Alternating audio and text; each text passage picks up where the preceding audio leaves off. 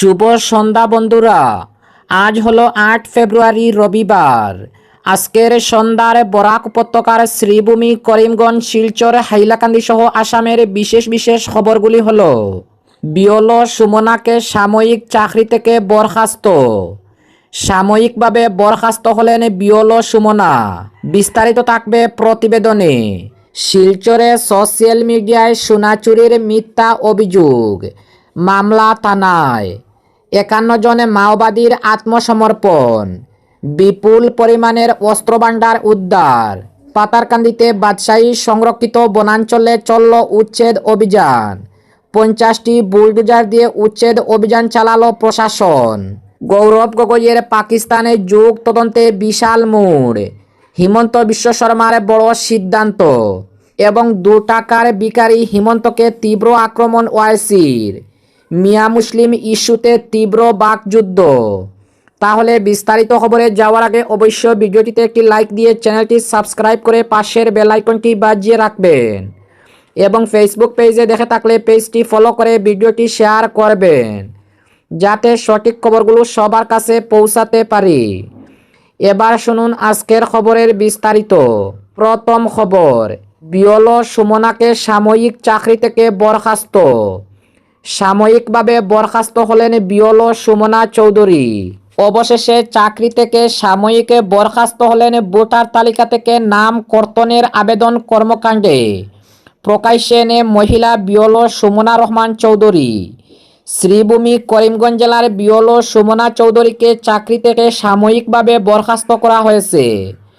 জানা গেছে, গত ৫ ফেব্রুয়ারি শিক্ষিকা সুমনা রহমান চৌধুরীকে চাকরি থেকে সাময়িক বরখাস্ত করেছেন জেলা কমিশনার তথা জেলা নির্বাচন আধিকারিক।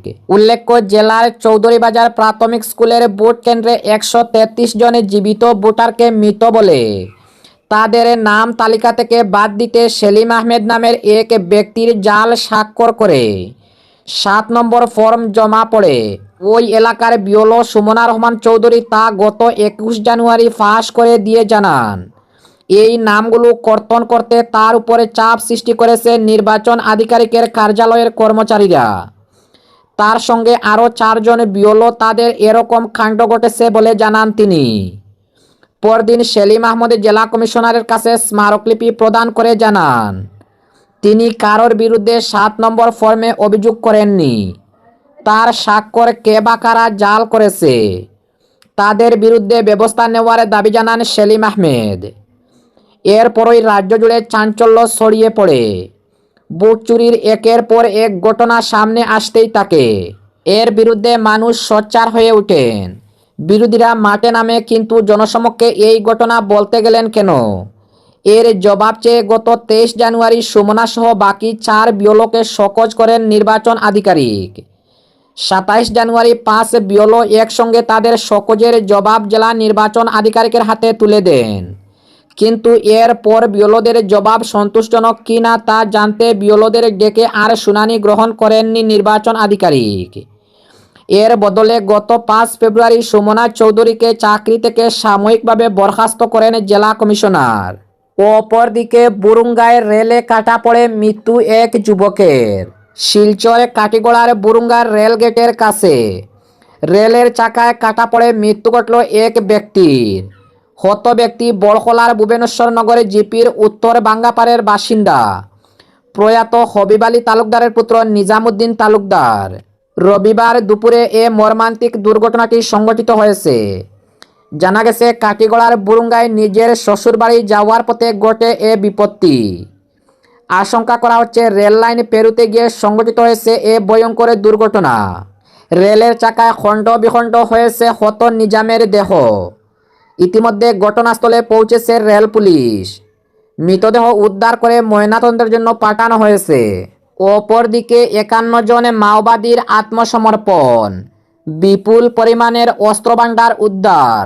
ছত্তিশগড়ের বস্তার ডিভিশনে একই সঙ্গে ৫১ জন মাওবাদীর আত্মসমর্পণ ঘিরে নতুন করে আলোচনায় উঠে এসেছে জঙ্গলমহল। নিরাপত্তা সূত্রে জানা গিয়েছে, আত্মসমর্পণকারীদের সম্মিলিত মাথার দাম ছিল ১,৬১,০০,০০০ টাকা।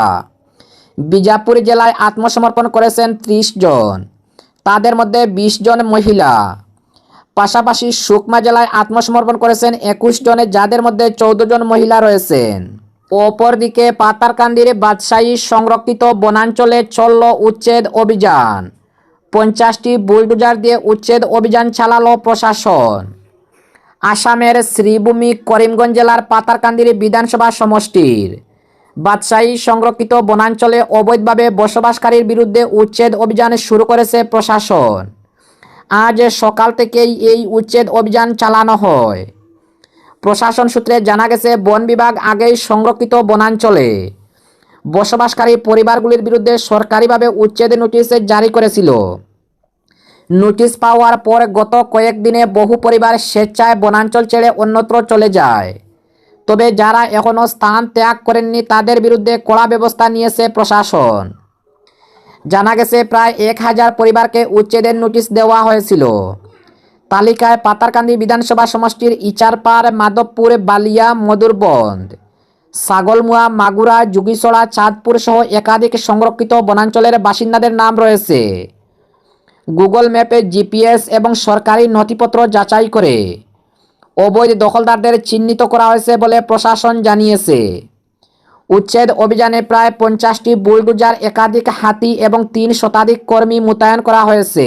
আইন শৃঙ্খলা বজায় রাখতে ঘটনাস্থলে উপস্থিত রয়েছেন ডিএফও, এসসিএফ এর range officer, magistrate, police, BSF, commando বাহিনী, আধা সেনাবাহিনী ও প্রোটেকশন টিমের সদস্যরা। একই সঙ্গে উচ্ছেদ এলাকায় সংবাদকর্মীদের প্রবেশে নিষেধাজ্ঞা জারি করা হয়েছে। এই অভিযানে অবৈধ বসতবাড়ির পাশাপাশি রাবার বাগান, সুপারি বাগান ও ফিশারি গুড়িয়ে দেওয়া হয়েছে। বন বিভাগের ডিএফও অমল আর বরহাদি জানান, আগামী আরও 3 দিন ধরে এই উচ্ছেদ অভিযান চলবে। এর ফলে পাতারকান্দি এলাকায় প্রায় 3000 বিঘা সরকারি জমি বেদখলমুক্ত করতে হবে প্রশাসনের। এদিকে উচ্ছেদের নোটিশ প্রাপ্তদের বিশেষ সুবিধা পাইয়ে দেবার নাম করে বিজেপির নাম ভাঙিয়ে একটি অসৎ চক্র টাকা আদায় করেছে বলে অভিযোগ উঠেছে। এ বিষয়টি গুরুত্ব সহকারে খতিয়ে দেখা হচ্ছে বলে প্রশাসন সূত্রে জানানো হয়েছে। আসামের শ্রীভূমি জেলার পাতারকান্দি বিধানসভা সমষ্টির অন্তর্গত বাদশাহী সংরক্ষিত বনাঞ্চলে আজ সকাল থেকে এই উচ্ছেদ অভিযান শুরু করেছে জেলা প্রশাসন। অপরদিকে গৌরব গগৈয়ের পাকিস্তানে যোগ তদন্তে বিশাল মোড়। হিমন্ত বিশ্ব শর্মার বড় সিদ্ধান্ত। অসমের রাজনীতিতে ব্যাপক চাঞ্চল্য ছড়িয়ে কংগ্রেস নেতা গৌরব গগৈয়ের কথিত পাকিস্তানে যোগের তদন্তভার কেন্দ্রীয় স্বরাষ্ট্র মন্ত্রকের হাতে তুলে দেওয়ার সিদ্ধান্ত নিল রাজ্য ক্যাবিনেট। মুখ্যমন্ত্রী হিমন্ত বিশ্ব শর্মা জানিয়েছেন, বিশেষ তদন্তকারী দল বা এসআইটির রিপোর্টের ভিত্তিতে এই পদক্ষেপ। 2012 সালের এক বিতর্কিত বিদেশ সফর এবং জাতীয় নিরাপত্তার স্বার্থে ইন্টারপোল বা কেন্দ্রীয় সংস্থার হস্তক্ষেপ প্রয়োজন বলে মনে করেছে রাজ্য সরকার। তদন্তের স্বার্থে রবিবার বিস্তারিত ব্রিফিং করবেন মুখ্যমন্ত্রী হিমন্ত বিশ্ব শর্মা। অন্যদিকে অশালীন আচরণের অভিযোগে প্রাক্তন এপিসিসি সদস্য ভূপেন বরার বিরুদ্ধেও স্বতঃপ্রণোদিত মামলা করার নির্দেশ দিয়েছে প্রশাসন। রাজ্য সরকারের দাবি, এই মামলার শিকড় আন্তর্জাতিক স্তরে বিস্তৃত হওয়ায় রাজ্য পুলিশের পক্ষে তদন্ত এগিয়ে নেওয়া সম্ভব নয়। গৌরব গগৈকে কেন্দ্র করে এই পদক্ষেপে এখন তোলপাড় অসমের রাজনৈতিক মহল। এবং আজকের শেষ খবরটি, 2 টাকার ভিখারি হিমন্তকে তীব্র আক্রমণ ওয়াইসির। মিয়া মুসলিম ইস্যুতে তীব্র বাকযুদ্ধ। মিয়া মুসলিমদের বিরুদ্ধে একের পর এক তোপ দাগছেন অসমের মুখ্যমন্ত্রী হিমন্ত বিশ্ব শর্মা। কখনো রাজ্যের ভোটার তালিকা থেকে নাম বাদ দেওয়ার দাবি তুলেছেন, কখনো আবার মিয়াদের প্রতি পদে সমস্যায় ফেলার ফতোয়া দিয়েছেন। এই নিয়ে শুরু হয়েছে তীব্র বিতর্ক। শনিবার তার পাল্টা দিলেন এআইএমআইএম সুপ্রিমো আসাদুদ্দিন ওয়াইসি। হিমন্তকে 2 টাকার ভিখারি বলে আক্রমণ করেন তিনি। ভিক্ষা হিসাবে 2 টাকা দিচ্ছি, নেবেন তো? এদিন নিজামাবাদে জনসভা করেন হায়দরাবাদের সাংসদ আসাদুদ্দিন ওয়াইসি। বক্তৃতা দেওয়ার সময় আচমকাই জনতার কাছ থেকে 2 টাকার কয়েন চেয়ে নেন তিনি। সেটা হাতে নিয়ে বলেন, হিমন্তকে তার বাসাতেই জবাব দিচ্ছি দেখুন। তিনি বলেন, কয়েনটা আকাশের দিকে ছুড়ে দেন আসাদুদ্দিন। সেই দিকে আঙ্গুল তুলে বলেন, রিক্সা ভাড়া 5 টাকা হলে 4 টাকা দিতে বলেছিলেন। আমি আপনাকে এই 2 টাকা ভিক্ষা দিচ্ছি, আপনি নেবেন তো? আসলে মিয়া মুসলিমদের বিপদে ফেলাতে গত 19 জানুয়ারি তিনসুকিয়ার ডিগবয়ে নানা ফন্দি ফিকির দেন হিমন্ত। সেই সময় তিনি বলেছিলেন, মিয়াদের প্রতি পদে সমস্যায় ফেলুন। যদি 5 টাকার রিক্সা ভাড়া হয় ওদের 4 টাকা দিন। যাতে ওরা অসম ছেড়ে পালাতে বাধ্য হয়। এদিন তার ওই পাল্টা হিমন্তকে 2 টাকার ভিখারি বলে কটাক্ষ করে মনে করেছেন রাজনৈতিক বিশ্লেষকদের একাংশ। ওয়াইসির অভিযোগ, মিয়া মুসলিমদের আড়ালে আদতে দরিদ্র রিক্সা চালক ক্ষুদ্র ব্যবসায়ীদের নিশানা করেছেন হিমন্ত। তাই তাকে গরিব বিরোধী এবং সংকীর্ণ মানসিকতার নেতা বলে আক্রমণ করেন তিনি। ওয়াইসির কথা এ থেকে প্রমাণ হয়ে যাকে মুখ্যমন্ত্রী গরিব মানুষের রোজগার নিয়ে বেশি চিন্তিত। একই সঙ্গে মুসলমানদের নিয়ে কোনো অপমানজনক মন্তব্য তিনি সহ্য করবেন না বলে স্পষ্ট ভাষায় জানিয়ে দিয়েছেন ওয়াইসি।